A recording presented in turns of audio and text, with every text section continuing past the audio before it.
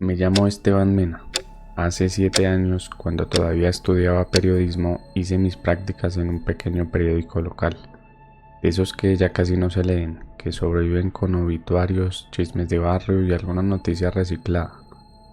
Nunca pensé que entre esos pasillos húmedos y esas oficinas apagadas encontraría una historia que me arruinaría la vida. Todo empezó con un sobre sin remitente. Alguien lo dejó en la recepción del periódico. Dentro había un cuaderno negro, pero viejo, las hojas amarillentas, escritas a mano. Lo abrí por curiosidad y descubrí una lista de nombres, fechas y causas de muerte, todas exactas, con detalles, incluyendo personas que en ese momento todavía estaban vivas. Le mostré el cuaderno a mi editor. Se rió. Pensó que era una broma. Pero 3 días después, una de las personas listadas murió, exactamente como decía la página. Marta Salinas, 14 de abril, caída desde el 6º piso. Nadie la verá venir. El noticiero confirmó su muerte. La encontraron justo como lo describía el cuaderno. Pensé que era coincidencia, pero el segundo nombre en la lista murió la semana siguiente, y luego el tercero. Las fechas eran exactas, las causas precisas. Lo peor, una de esas fechas tenía mi nombre. Esteban Mena, 21 de julio. No lo verás venir. Él ya te está observando. Faltaban 2 meses. Entré en pánico. Nadie me creía. Pensaban que había inventado todo para conseguir fama, hasta que uno de mis compañeros, por burlarse, arrancó una hoja del cuaderno. La hoja tenía el nombre de su padre. Esa misma noche, su padre murió de un infarto. Nunca había tenido problemas de corazón. Desde entonces, nadie más tocó el cuaderno, pero yo no podía dejar de leerlo. Empecé a notar un patrón. Cada vez que pasaba una página, aparecían nuevos nombres, como si se escribieran solos, y cada persona que aparecía ahí terminaba muerta. Siempre. Intenté destruirlo, quemarlo, cortarlo, congelarlo. Nada funcionaba. El cuaderno siempre volvía a mi mochila, a mi mesa. Una vez apareció en mi almohada, como si quisiera que lo leyera. A un mes de mi fecha empecé a buscar al dueño original. Investigué hasta donde pude. Encontré registros de otros casos similares. Personas que, tras recibir el cuaderno, desaparecían o terminaban en psiquiátricos. Una enfermera de la década del 70 lo describía igual. Lo llamó el libro de los que ya fueron vistos. Y mencionaba una figura, un hombre alto, delgado, con sombrero, siempre parado a unos metros, observando, siempre al borde del campo visual. Yo lo vi, en la parada del bus, frente a mi ventana, en los reflejos del televisor apagado. Nunca se acercaba, solo miraba. El 20 de julio, la noche antes de mi muerte, decidí escribir en el cuaderno: no quiero morir. Lo escribí una y otra vez, llorando, suplicando, pero al día siguiente el cuaderno tenía algo nuevo, una sola línea. Muy tarde, ya te vio. Salí corriendo de casa, no tenía dónde ir. Me escondí en la redacción, entre los archivos. Desperté en el suelo, sin saber cuánto tiempo pasó, pero seguía vivo. Revisé el cuaderno. Mi nombre seguía ahí, pero la fecha estaba tachada, y una nueva frase apareció: has sido elegido, ahora te toca escribir.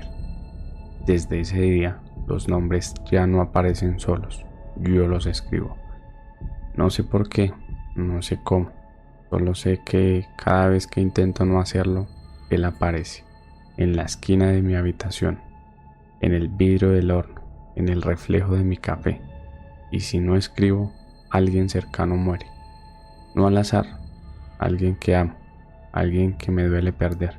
Así funciona ahora. ¿Y tú? ¿Qué harías si tu nombre apareciera en un cuaderno que nunca puedes soltar? Me llamo Carla Herrera. En el 2021 trabajaba como recepcionista nocturna en un hotel pequeño. de esos que parecen detenidos en el tiempo. Estaba ubicado en un pueblo casi olvidado, entre montañas, con más historia que visitantes. El lugar tenía fama entre los locales, el Hotel de Luna, decían, no por fantasmas, sino porque, según ellos, la luna no alumbra igual ahí. Nunca entendí la frase hasta aquella noche. Llevaba un mes trabajando allí. Mi turno era de 10 p.m. a 6 a.m. Las noches eran tranquilas, 1 o 2 huéspedes máximo. Muchas veces ni siquiera llegaba gente, pero el 13 de noviembre a las 11:34 p.m. llegó un hombre, alto, delgado, rostro pálido, como si nunca hubiera visto el sol. Usaba un abrigo largo y un sombrero oscuro que nunca se quitó. Me pidió una habitación. No saludó, no sonrió, solo dijo, la 217, por favor. Le expliqué que esa habitación estaba fuera de servicio por una filtración en el techo. Él insistió, dijo que había estado ahí antes, hace mucho tiempo, pero el hotel había sido cerrado por más de 20 años y solo reabrió hace unos meses. Nadie podría haber estado allí antes. El administrador no contestaba, así que por no discutir más le di la llave. Desde el momento en que subió, el ambiente cambió. Un silencio denso invadió el vestíbulo, como si el aire se volviera más pesado. Las luces parpadeaban sin motivo, los sensores del sistema de seguridad marcaban movimiento constante en los pasillos, pero nunca aparecía nadie en las cámaras.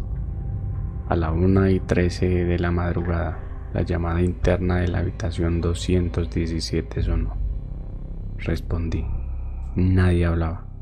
Solo se oyó una respiración lenta, rítmica, como si alguien estuviera justo del otro lado del teléfono. Corté.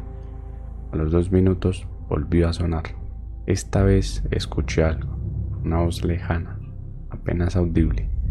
Decía, no es él, no es él.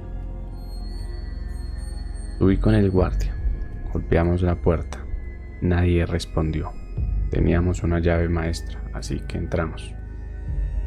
La habitación estaba vacía, limpia, intacta, como si nadie hubiera estado allí en años. Bajamos confundidos, revisamos las cámaras y ahí estaba.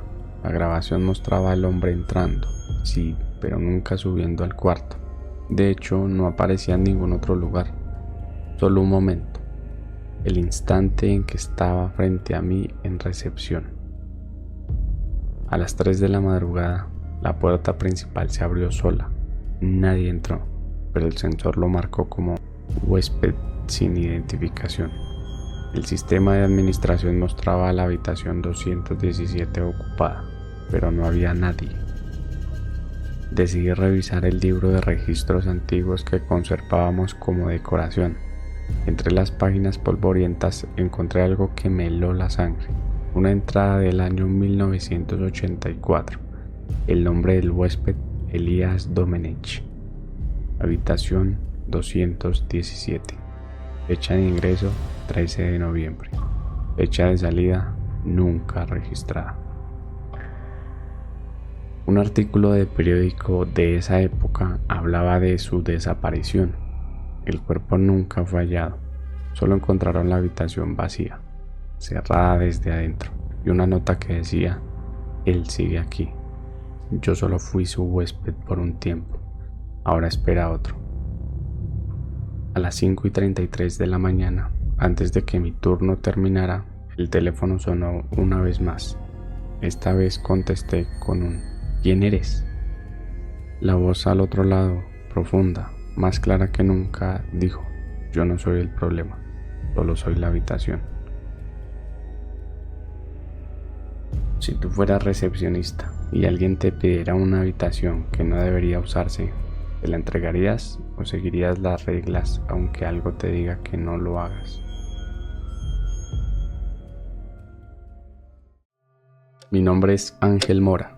Durante más de 15 años he trabajado como inspector de obras en zonas rurales. He recorrido pueblos que no salen en los mapas y caminos donde ni siquiera el eco se atreve a repetir tu voz.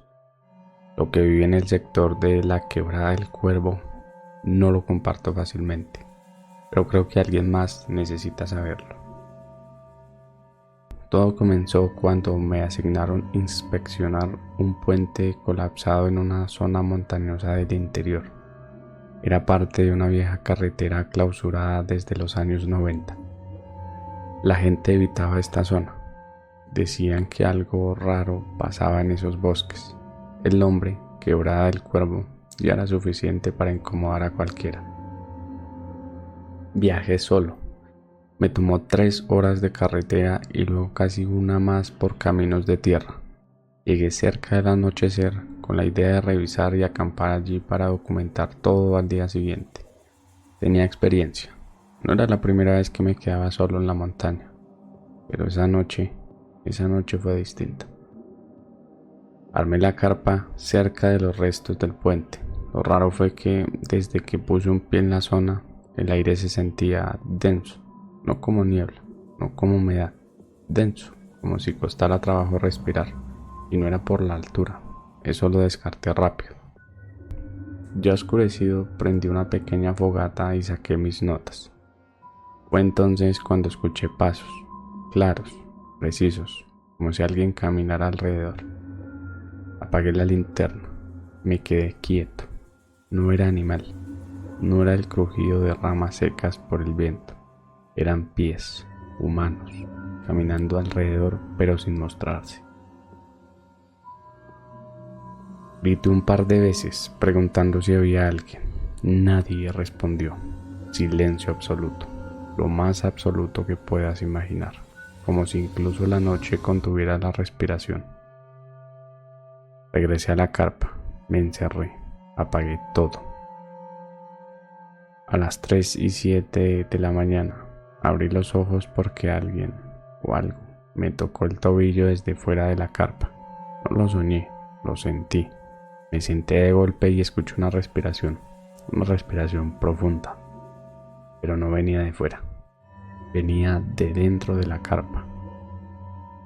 Encendí la linterna, no había nadie. Salí corriendo, sin pensar. La linterna titilaba, corrí hacia el puente derrumbado y fue ahí, bajo el cielo más negro que he visto, que vi a la figura.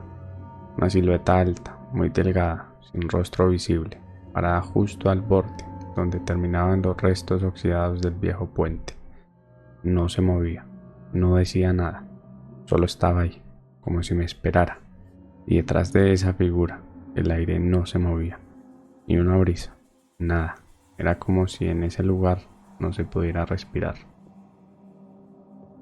Volví a la carpa con el corazón en la garganta. No dormí más. Esperé al amanecer y revisé la zona con luz. No había huellas, pero encontré algo peor. Varias cruces clavadas entre los árboles.